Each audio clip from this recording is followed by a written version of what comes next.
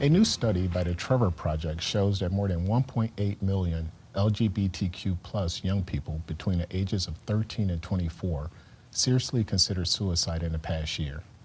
The study also found that nearly half of that group who wanted mental health care were unable to get it. Here to talk about the growing mental health crisis facing that group are Chris Allen, President and CEO of Diverse and Resilient, and Angela Lang, Co-Executive Director of Black Leaders Organizing for Communities. Welcome to Black Nouveau. Thanks for having us. Chris, I'm going to start with you on a serious topic. One of the alarming findings in this study is that 39% of young people in this group seriously considered suicide in the past year. What do you think is contributing to that? Yeah, there's a couple of factors that's contributing to that, and one of the biggest factors right now is the way that LGBTQ plus individuals are being portrayed in the media, in politics, and the discourse surrounding our lives. There are a lot of political debates right now about whether LGBTQ plus individuals should have certain rights. There are over 700 plus bills across this country that are targeting LGBTQ plus individuals and trans individuals specifically. And so those messages get internalized.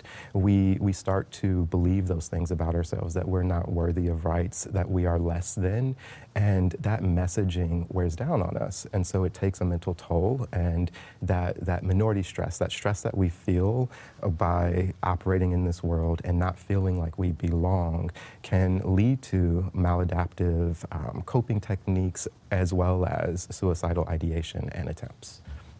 Angela, I'm going to go to you.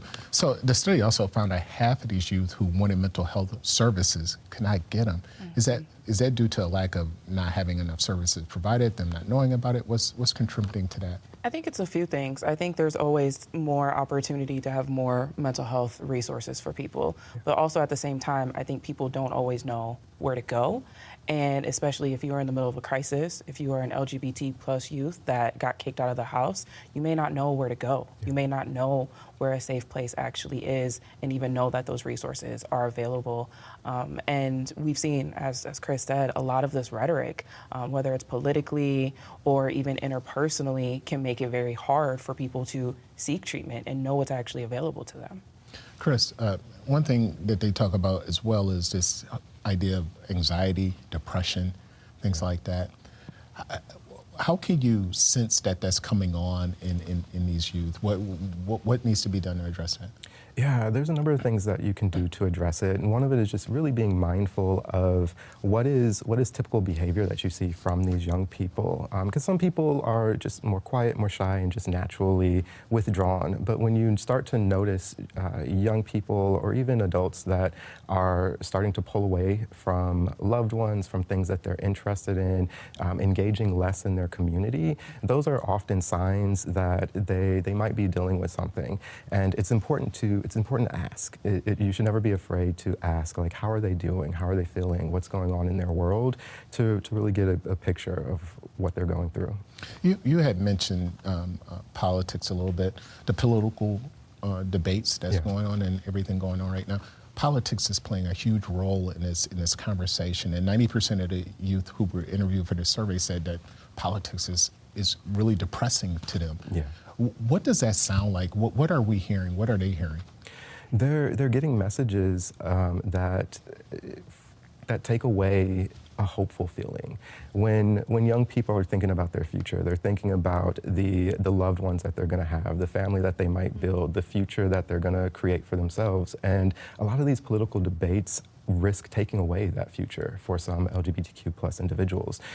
There's conversations around, trying to overturn same-sex marriage. There's conversations about whether trans individuals can actually seek gender-affirming care and become the person that they know they are.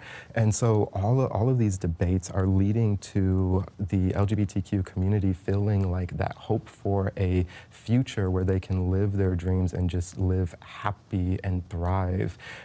It's feeling bleak because there's real fear that could be taken away. Angela, for someone who's watching the show right now, who may have a child going and experiencing some of these problems, what would you tell them to talk to their child about? First of all, just show how much you love them unconditionally, see them for who they are, and don't waver in your love and support for them. I think there are times, especially in the Black community, people may not understand, or they may not be used to having, an LGBTQ plus child, but understanding that that is a child at the end of the day, that is your child that needs love and care and support. And I think, now that we're in Pride Month, understanding that this is a time for celebration. It's also a time for history and reflection. And I'm hoping that people can feel more seen by their loved ones. And not everyone is in a position to be out, necessarily, but hoping that they can have whatever private support that they can have. And if you are a parent, just show up and listen, I think is the big thing, because a lot of folks, everyone, even adults, just want to be seen and heard for who they are. Yeah. Now, these numbers are pretty shocking, but they're even higher for trans individual, non-binary. Why are those numbers higher for that group? I mean, I think that's a big question in regards to how many extra challenges, right? There's layers to identities, and we see that there is a huge support for, let's say, gay marriage and same-sex marriage, but we saw trans folks being left out of that conversation. We see an increase in hate crimes in Black trans women. And so I think that there's just an extra level of oppression when you have, intersecting identities. If you are Black and trans and queer, all of these things, I think also make it a little bit more difficult. And it feels that every aspect, as Chris was saying, of political messaging and rhetoric and policies, all of these identities are being hit simultaneously in some cases, and I think that can wear on some folks. Yeah. Chris, talk about some of the services offered by Diverse and Resilient. Yeah, so some of the services that we offer focus on leadership development, where we create opportunities for specifically Black trans women as well as people living with HIV to come together, network, access services that can help them affirm their identity or stay in and be retained into care, as well as our anti-violence program. We're seeing a lot of calls to our warm line. We have a line that's available to everyone statewide where they can call and leave a message, whether they're experiencing violence at home, at work, in school, in the community, and they'll be connected to an advocate. The advocate will call them back within 24 hours and help them navigate different resources that are available to them. So this is such a heavy topic. Talk about tell me some good things going on that you guys are doing that kind of address this, but also that uplifts our young people. Yeah, it's really important that when we're looking at statistics like these, that we remember that building resiliency is important. And we do that by creating safe spaces. And that's one of the things that we do at Diverse and Resilient is create a safe space where young people, adults, LGBTQ folks can come and be connected with other people, feel supported, feel affirmed. It's Pride Month, so we're doing a lot in the community where we're offering HIV and STI testing so folks can know their status and be connected into care.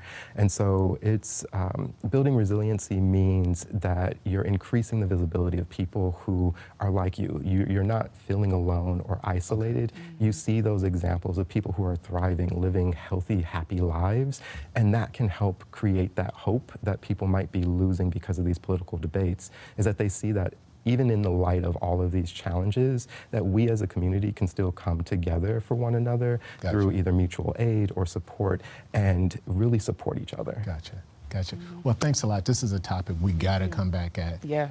And we got to have you guys back on. Absolutely. Thanks for having us. Thanks.